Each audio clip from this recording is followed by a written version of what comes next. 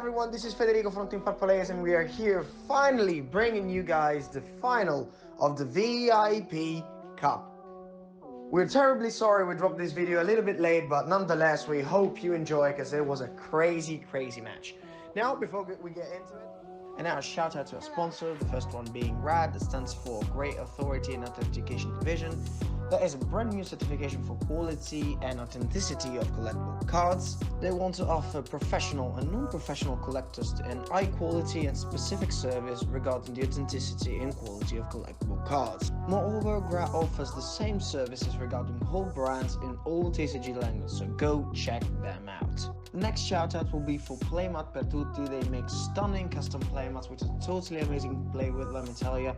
You can make your own personal playmat starting from a picture of your own, or even ask for a brand new project that will be your unique piece of art. So go check them out and don't forget to follow them on their social media. All the information will be in the description down below. This video is going to be a little different since we want to go for a DB grinder comment style, and we hope you like it, and we will get right into it. But first, a huge shout out to the guys that made it to the top, Rava and Tegalik. These are amazing players and they prove themselves to be the best overall, so we will see what they can have in store for us. And this will be a Virtual World showdown. Both of them are playing Virtual World, so it's going to be a mirror match, 40 versus 40. Now, quick look at the hands. Rava has a GG, Chinlong, Lao Lao, Lulu, and Chuchi, while Tegalik has Gamma, Lulu, Upstart, Kirin, and Desires. Both of the hands are really good going first. Unfortunately, Tegalik loses the rock, paper, scissors, shoot, so Rava goes first. He's got full combo, 3 Virtual World with different names in hand, plus Chinlong, plus Chuchi is not that great to have in the starting hand, but nonetheless, it's a good card for follow-up even.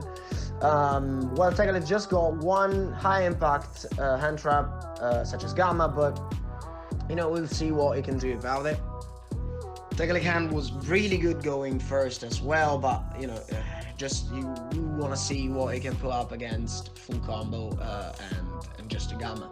So we will start off with Rava. Rava starts off activating Chinlong, that's a correct play obviously, and then activating GG's effect by discarding from the deck to the graveyard the Neon and bringing itself out. Tegalik keeps the Gamma for something more impactful. In fact, he activates Lulu, and the Gamma is used to negate Lulu's effect because that guy is bonkers.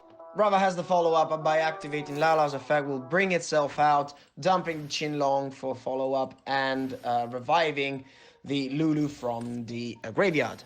This will give Rava the access to start a Charge Warrior by synchro summoning with GG and Neon.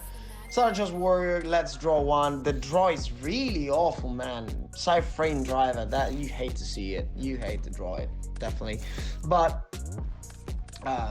probably is not that important since he's gonna get to BFD in a moment. And Rava will end his turn by setting Chuchi, and in the end phase, Lulu will get back to the hand. So now, Tegalik's turn, we will see what he can do. Tegalik draws a Neon for turn, and obviously in standby phase, BFD effect will be activated, dumping the Shen, so Rava has no entrap, so I'm gonna go for Desires plus Upstart. Desires into Gamma plus Spring. So right now, Neon is alive since he can set this card, shuffle back the driver into the deck, letting Gamma be alive again. Ash Blossom obviously is always alive since it's the best entrap in the format right now, in the history probably. We'll activate Colon City to bring out Chuchi. Next, he activates Lily effect, which will be met by Rava's own Chuchi, shuffling back Chuchi and Chinlong in order to destroy Tegalik's Chuchi. So Lily will get negated and will be brought back to the hand again. Just sets the Neon as I already told you, and pass the turn to Rava again. Rava with the huge top deck, triple tactics talent is gonna be alive. Lulu's effect is gonna be met with the Ash, so it does making alive the triple tactics talent that will be activated on the spot. We will use the first effect of talent, so draw 2, draw City and Chuchi. Obviously Shen bring itself out, some Neon, and go into the battle phase. Probably want to get rid of Neon and push for damage and put pressure onto Tegalik as much as possible. So Neon effect will trigger banishing because of Shen effect and letting driver be shuffled into the deck again, making thus the Gamma live. Long will banish GG, and now back to Tegalik. Tegalik draws his own triple tactics talent, and probably in standby phase we will see VFD effect activated. That will be met with the Gamma. He was foreshadowing this play ever since he drew the Gamma, so this probably gonna help him into the Omega. I don't see how Tegalik is gonna win this, but Tegalik passes with an empty field, just 3 cards in the hand. He's got Shen. Rava draws per turn a Desires into Gamma plus Neon. There's probably gonna be game. And this is it for the first game. Goes to Rava. Very well played. Tegalik was able to play around the VFD for 2 turns. It was really interesting, very fun to see. We'll see what they have in store for us in game 2. Obviously, Tegalik will go first. Let's see what the Heart of the Cards has in store for the 2 players. Tegalik had the Desires, Teleport, Qinlong, Lao Lao, Lulu. That's full combo, basically. While Rava has Nibiru, Lao Lao, Lily, Lancia, and Neon. That's a good hand. Lancia is really bonkers since he can stop banishing from this turn and making unusable the Pod Desires, which Tegalik happened to have in hand. Peculiar choice from Rava. He didn't drop Lancia in standby. Probably wants to play around the Gamma since he was punished by Gamma 2 times in G1. That's the main thing here, since he got punished again, not by Gamma this time, but Pod Desires. He could have prevented with the Lancia in the first place, but you know, he thought maybe Nibiru would be enough to keep him alive this turn. Tegalik proceeds activating Desires, and what a draw! Triple Tactics Talent and Lancia. This is probably game 100%. That was really insane. Well, obviously he had to put up his board. Qinlong get activated, Lulu's effect, dumping TUTTI and adding the GG. So Lulu brings himself out, plus GG effect. Next we see Lancia gets dropped on TUTTI, and obviously Tegalik will respond with Triple Tactics Talent. Got to see Rava hand and decided to put back the Nibiru, so it was free with no interruption left to go into his end board. Next we see Synchro Summoning the Croco Dragon. That will allow Tegalik to draw 1, draws Lily. Special Summoning a Shen, Synchro Summoning a Shen, and going into the classical VFD. Rava starts drawing a huge Qinlong in this situation, activating said Qinlong, and will be responded with VFD effect by dumping the Shen from its materials to the graveyard. So Lily effect, dumping a TUTTI and a Neon. So Lily will bring itself out, and Rava will admit defeat immediately. It couldn't do anything, so it just wanted to save his time and try to win in G3. Now let's see how it goes. Until now it was a really good matchup. G2 was not that exciting since Rava didn't have the great hand, and VFD is a win condition. It's an amazing win condition. We will see how it goes in the final one, the rubber match. And that's the last game of this match. We will see how it will go down. Uncle Rava Fox obviously is gonna go first since he lost the previous match, and Tegalik go in second. We will see what they are going to decide. Quick look at the hands right now. Rava starts with the Qinlong, Imperial, Neon, Lao Lao, and Nibiru. This hand is not that great. He can go through full combo with just these two visual walls, but the opponent does not need to have an interruption. Just one interruption is enough to stop the combo, and we see that Tegalik has a Gamma go in second. So probably Rava will land on a pretty weak board, but the Nibiru and the Imperial Order could be enough to let him survive to the third turn. Now, Tegalik has Gigi, Nibiru, Kirin, Gamma, and another Lily. Probably 2 Lilies are the worst to draw, and 2 of them you hate to see it. But the Gamma is going to be enough to stop the Rava combo. And Nibiru is you know, a sort of emergency security system, since you can wait for the whole combo and just drop the big rock onto the field. But we'll see how it will go.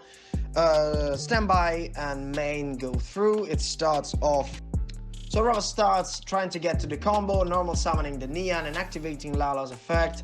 Lala is probably the biggest choke point in this combo, since you want to keep it for the later stage in the combo. You can get more resources out of its effect. Dropping it at the beginning is the pretty clear sign that you have nothing left and you are pretty desperate to get the effect resolved. So Tegalik is going to drop the Gamma onto the Lao, interrupting any potential further action and forcing Rava to set 1 pass. And a huge top deck from Tegalik. The Lulu is an amazing card right now, since it facilitates all the combo, and it starts off normal summoning the GG and activating Lily's effect. Next, Chinlong's effect in the graveyard. Banish itself to add a Lala from the deck to the hand, discarding the Kiri, the Lily. Next, Lulu's effect, dumping a Chinlong and adding Chuchi in order to special itself out. And now that's an interesting play. He went for the Vermilion on the 4th summon, so he could play around Nibiru better. He probably believed that the opponent had a Nibiru plus another interruption. He didn't fear the Gamma, since it had 1 monster on the field face up, so it was dead. But the set card was problematic. Could be anything. Could be Chuchi. Could be anything that could have put Tegalik in a rough spot. So he wanted to get rid of it. Was an Imperial Order, so it didn't matter anyway, but wanted to get rid of any potential threats. Then he goes to the battle phase, trying to clear the board and push for damage, since he believed in the Nibiru in hand that would be dropped on the next summon. So wanted to push for damage, wanted to push for anything that could put pressure onto Rava and oblige him to go for the Nibiru. So the problem with Nibiru here is that the token is going to be really huge, really difficult to put out by Rava, and is going to have really troublesome turn to get rid of the token itself. So Tegalik ends on Chuchi set pass. We will see in the top deck what Rava will put out of his cylinder. An unfortunate top deck. Chuchi is not that great. It doesn't have any banished card that could be used for its effect to get rid of the token. There's probably gonna be game. In end, Tegalik decides to activate the Chuchi effect, getting rid of the Nibiru and shuffling back Chinlong and Lulu. Now, any normal summonable monster is going to be enough to get the OTK. In main 1, banish Chinlong, add Lulu. Probably gonna summon Lulu and go for the kill, since it's enough damage put on the board. The token is at 53. A huge token, as we already said, is gonna be enough to end all controversies. And this is its game, set, match to Tegalik. And so Tegalik wins the first edition of the VIP Cup. Shout out to both the players, Rava and Tegalik. They played fantastically to get to the top. And Rava played really well. Was unfortunate in the last game. Braked a little bit, and Tegalik had the perfect interruption. So that was unfortunate. But I really do enjoyed watching and commenting their game, and I hope you guys enjoyed it as well. If you like this match, subscribe to the channel, give us a like, and follow us on all our social media, all links in the description. Hope to see you really soon. Stay safe. See ya.